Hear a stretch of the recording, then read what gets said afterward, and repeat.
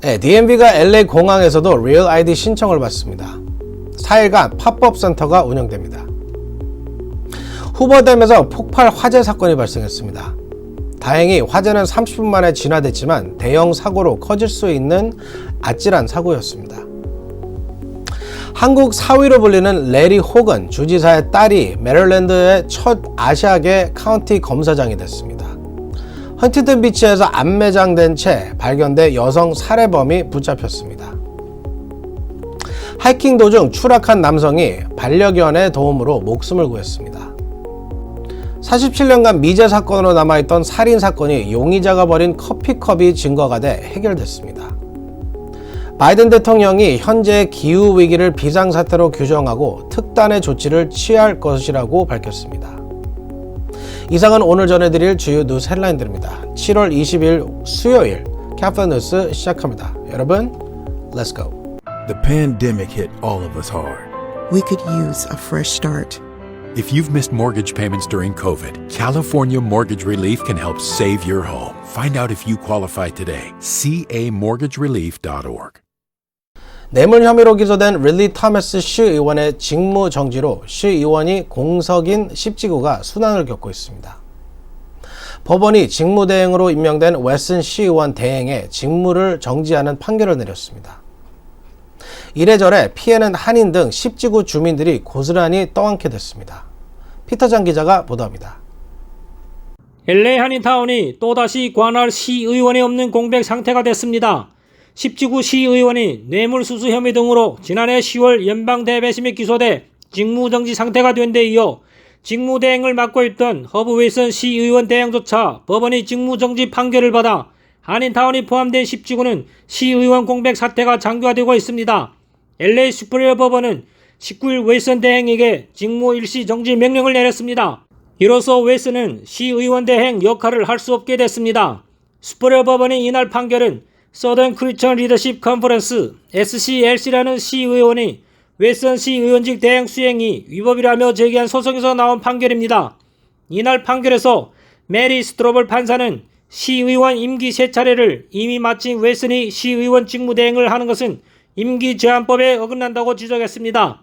웨슨은 2005년부터 2020년까지 십지구 시의원했지만 임기제한법에 걸려 시의원 선거에 출마하지 못했고 LA 카운티 슈퍼바이저 선거에 출마했지만 낙선했습니다. 지금까지 카플라 뉴스 피터장입니다. 네, 리얼 아이디가 내년 5월부터 전면 도입된다는 소식 전해드렸습니다. 아직까지 많은 주민들이 리얼 아이디 신청을 하지 않고 있어 DMV가 LA 공항에 팝업 센터를 설치하고 신청을 받기로 했습니다. 제플리 기자가 보도합니다. 리얼 아이디 신청을 이제 LA 국제공항에서도 할 수 있습니다. 리얼 아이디 전면 시행을 10개월 앞두고 DMV가 아직까지 리얼 아이디 신청을 하지 않고 있는 캘리포니아 주민들을 위해 LA 국제공항에 리얼 아이디 신청서 접수대를 설치했습니다. DMV는 LA 공항에서도 여행객과 공항 근무자들이 편리하게 리얼 아이디 신청을 할 수 있다고 밝혔습니다. 다만 LA 공항에 설치된 리얼 아이디 신청 접수대는 임시로 운영됩니다. DMV는 7월 19일과 21일 그리고 26일과 28일 나흘 동안 오전 8시부터 오후 6시까지 8번 터미널에 팝업 센터를 설치해 접수를 받는다고 밝혔습니다. 공항에서 리얼 아이디를 신청하려는 주민은 최소 48시간 전에 신청서와 관련 서류들을 업로드한 뒤에 공항에서 DMV 직원을 만날 때에는 서류 원본을 가져가야 합니다. 공항 이용객들은 오는 2023년 5월부터 리얼 아이디가 있어야 국내선을 이용할 수 있으며 리얼 아이디가 없을 경우 여권을 소지해야 합니다. 한편 LA 한인회는 미구엘 산티아고 의원실과 함께 다음 달 리얼 아이디 워크숍을 갖고 한인들이 보다 편리하게 리얼 아이디를 신청할 수 있도록 하는 방안을 검토하고 있습니다. 지금까지 카플라 뉴스 제플리였습니다. 네, 미국 최대 수력발전소로 인기 관광지이기도 한 후버댐에서 어제 폭발과 함께 화재가 발생해 당국을 놀라게 했습니다. 어제 오전 10시 후버댐 변압기 장치가 있는 곳에서 폭발과 함께 화재가 발생했습니다. 화재는 30분 만에 진화됐고 인명피해도 없었지만 후버댐 화재 소식은 어제 큰 화제였습니다. 일부 SNS에서는 수도 공급이나 전력 공급이 지장받을 수 있다는 우려가 되기도 했지만 진화가 빨라 다행히 추가 피해는 발생하지 않았습니다. 화재 원인은 현재 소방국과 후버댐 그리고 네바다 경찰과 애리조나 경찰이 모두 나서 조사 중입니다. 네, 한인들에게 한국 사위로 널리 알려진 레리 호겐, 메릴랜드 주지사의 딸이 카운티 검사장 당선이 확정됐습니다. 메릴랜드 주의 첫 아시아계 검사장입니다. 제니박 기자가 보도합니다. 메릴랜드주 세인트 메리스 카운티 검사장 예비선거에서 한인 여성 제이미스 스털링 후보가 71%의 지지를 얻어 사실상 검사장 당선을 확정했습니다. 메릴랜드주의 첫 아시아계 검사장이 탄생한 것입니다. 스털링 후보는 메릴랜드 내린 호건 주지사의 딸이어서 스포트라이트를 받고 있습니다. 특히 호건 주지사는 공화당 유력한 차기 대선 주자로 부상하고 있어 관심이 집중되고 있습니다. 스털링 후보는 지난 19일 세인트 메리스 카운티의 검사장을 뽑기 위한 공화당 예비 경선에서 71%의 득표율을 얻어 현직의 리차드 프렌치 검사장을 꺾고 승리했습니다. 예비 경선은 오는 11월 중간선거에서 출마할까 당의 후보를 결정하기 위한 것이었지만 민주당 후보가 없어 스털링의 당선이 사실상 확정됐습니다. 메릴랜드 주에서는 첫 아시아계 검사장이 또 세인트 메리스 카운티에서는 첫 소수계 검사장이 탄생한 것입니다. 스털링 후보는 한인의 지지와 후원을 진심으로 감사드린다며 큰 관심과 성원에 보답하기 위해 최선을 다하겠다고 소감을 밝혔습니다. 호건 주지사는 한인 유미 호건 여사를 부인으로 두어 한국 사위라는 별칭을 갖고 있습니다. 호건 부부는 3명의 딸을 뒀는데 스털링은 둘째 딸입니다. 카퍼 뉴스 전해드리겠습니다. 네, 지난 주말 허팅턴 비치의 한 이동식 주택에서 안매장된 여성 시신이 발견됐었는데요. 용의자가 어제 체포됐습니다. 범인은 직업이 요리사인 34살 안토니오 파디아로 밝혀졌습니다. 이 사건은 자칫 묻혀질 뻔했지만 약치가 난다는 주민들의 신고를 받은 경찰이 조사를 벌인 끝에 여성의 유해를 발견하면서 알려지게 됐습니다.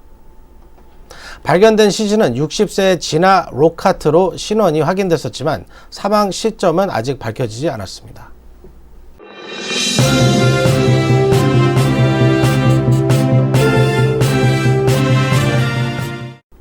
네, 운전대만 잡으면 거칠게 변하시는 분들도 있습니다. 운전 중에 발생하는 소위 로드레이지로 많은 사건들이 일어나는데요. 운전자들의 말싸움이 급기야 총격전으로 변해 한 명이 숨지는 사건이 사우스 LA에서 발생했습니다.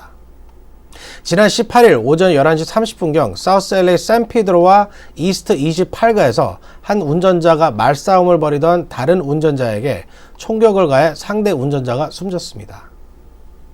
총을 쏜 운전자는 아직 잡히지 않았습니다. 운전 중에 화가 나는 일도 수도 없이 많습니다. 갑자기 차선을 변경하는 운전자, 신호를 지키지 않은 운전자 등 화가 나는 일들이 많지만 일일이 감정적으로 대응하다 보면 예상하지 못한 큰 사고가 발생하거나 자신이 도리어 큰 화를 입게 됩니다. 운전 중 아무리 화가 나시더라도 컴다운 하시는 것이 가장 현명한 대응입니다. 하이킹 도중 절벽에서 추락한 남성의 반려견의 도움으로 구조돼 화제가 되고 있습니다. 캘리포니아 타호 국립공원에서 일어난 일입니다. 제프리 기자가 전해드립니다. 산에서 하이킹을 하다 추락한 남성이 반려견의 도움으로 목숨을 구했습니다. 뉴욕타임스는 지난 13일 캘리포니아 타호 국립공원 산악지역에서 발생했던 이 기적같은 사연을 자세히 보도했습니다. 지난 13일 타호 국립공원에서 하이킹 중이던 A씨는 20m 아래 절벽으로 추락해 엉덩이와 갈비뼈가 부러지는 중상을 당해 꼼짝할 수 없는 상황이었습니다. 그에게는 휴대전화도 없었습니다. 단지 옆에는 반려견 사울이 있었을 뿐입니다. 가까스로 절벽을 기어올라 캠프에서 911 전화를 해 구조를 요청했지만 구조대는 사울의 위치를 파악하지 못했고 차량 접근도 불가능했습니다. 7시간을 헤매던 구조대 앞에 나타난 것은 A씨의 반려견 보더컬리 사울이었습니다. 구조대는 당시 사울이 위아래로 뛰고 빙글빙글 돌면서 마치 우리에게 따라오라고 말하는 것 같았다고 말했습니다. 사울을 따라 200m를 가자 흙더미 속에 누워 방수포를 덮고 있는 A씨를 발견할 수 있었습니다. A씨는 헬기를 타고 병원으로 이송됐으며 생명에는 지장이 없었습니다. 뉴욕타임즈는 사울처럼 주인을 구조한 반려견 이야기는 흔치 않다며 과학적으로도 개가 공경에 처한 주인을 돕기 위해 의도적으로 다른 사람을 찾아 나설 수 있는지도 알려지지 않았다고 사울의 사연을 전했습니다. 주인의 목숨을 구한 반려견 사울은 포상으로 소고기 6포 스틱을 받았습니다. 지금까지 카플라 뉴스 제플리였습니다. 지난 1975년 펜실베니아에서 발생했던 19살 어린 신부의 살인 사건이 47년 만에 해결됐습니다. 유력한 용의자가 있었지만 증거가 없어 미제 사건으로 남아있던 이 사건은 용의자가 공항에서 버린 커피컵이 결정적인 증거가 돼 47년 만에 범인이 잡혔습니다. 제니박 기자가 전해드립니다. 47년 전 미제 살인사건의 용의자가 무심코 버린 커피컵을 결정적 증거가 해결됐습니다. 지난 18일 펜실베이니아주 랭캐스터 카운티 검찰은 47년 전 이들을 괴롭혔던 미제 살인사건을 종결하고 전날 용의자 데이비드 시너폴리를 체포했다고 발표했습니다. 지난 2월 당국은 용의자로 추정되는 시너폴리 비행하다 그가 필라델피아 국제공항 터미널에서 마시던 커피컵을 버리자 쓰레기통을 뒤져 이 컵을 회수했습니다. 47년 전 살인사건 피해자의 속옷에서 발견된 DNA와 대조하기 위해서였습니다. 랭캐스터 카운티 헤더 애덤스 검사장은 이날 기자회견을 통해 형사들이 수거한 커피잔에 DNA와 피해자의 속옷에서 발견된 DNA를 비교했고 둘은 일치했다고 말했습니다. 당국은 지난 17일 드디어 시너폴리를 살인 혐의로 체포했습니다. 시너폴리는 1975년 12월 5일 펜실베이니아주 랭캐스터 카운티 한 아파트에서 19살 새 신부 린디 수 비클러를 칼로 찔러 살해한 혐의로 받고 있습니다. 당시 이 사건은 비클러가 19살 어린 나이에 신부였던 데다 살해 수법이 끔찍해 전국적인 관심을 받았습니다. 하지만 범인을 잡지 못해 1997년 당국은 비클러의 속옷에서 전액을 발견해 2000년 이 DNA 정보가 국가 데이터베이스에 입력했습니다. 하지만 시너폴리는 2018년 골든 스테이크 킬러를 불리는 연쇄 살인범이 체포되는 과정에서 DNA 계보를 사용하는 신기술을 유료가 되면서 결국 덜미를 잡히게 됐습니다. 가서 뉴스 전해드리겠습니다. 네, 지금 세계의 화두는 기후위기입니다. 예상보다 빨라지고 있는 기후변화로 인해 세계가 몸살을 앓고 있습니다. 살인적인 폭염과 가뭄, 산불 등으로 더 이상 예전의 지구가 아닙니다. 바이든 대통령이 오늘 현재의 기후위기를 비상사태로 규정하고 연방의회가 나서지 않는다면 행정부가 나서 특단의 대책을 내놓을 것이라고 밝혔습니다. 피터장 기자가 보도합니다. 바이든 대통령이 오늘 현재 기후변화 위기를 비상상황으로 규정하고 의회가 움직이지 않는다며 행정부가 나서 특단의 조치를 취할 것이라고 선언했습니다. 하지만 예상됐던 국가 비상사태로 선포하는 데까지 나아가지 않았습니다.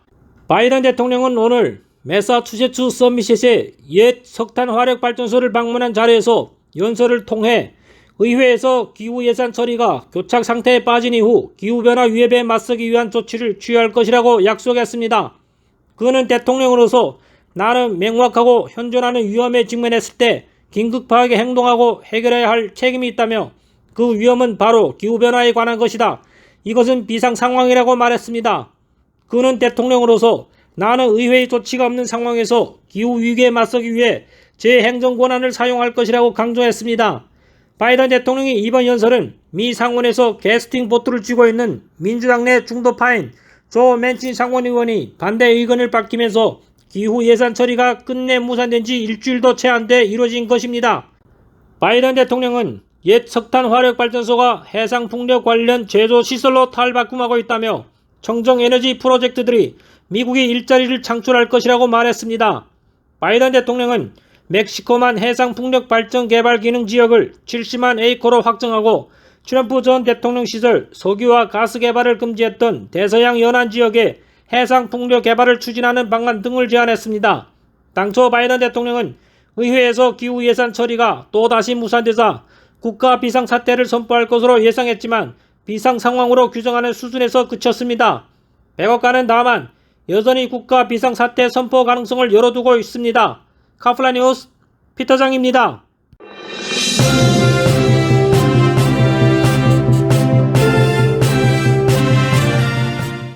DNA 기술이 급속도로 발전하면서 수십 년간 해결하지 못했던 미세 사건들이 하나둘씩 해결되고 있습니다.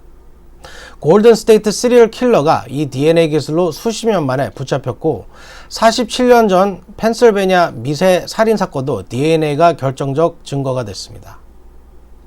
한국에서는 화성 연쇄 살인범이 수십 년 만에 잡히기도 했습니다.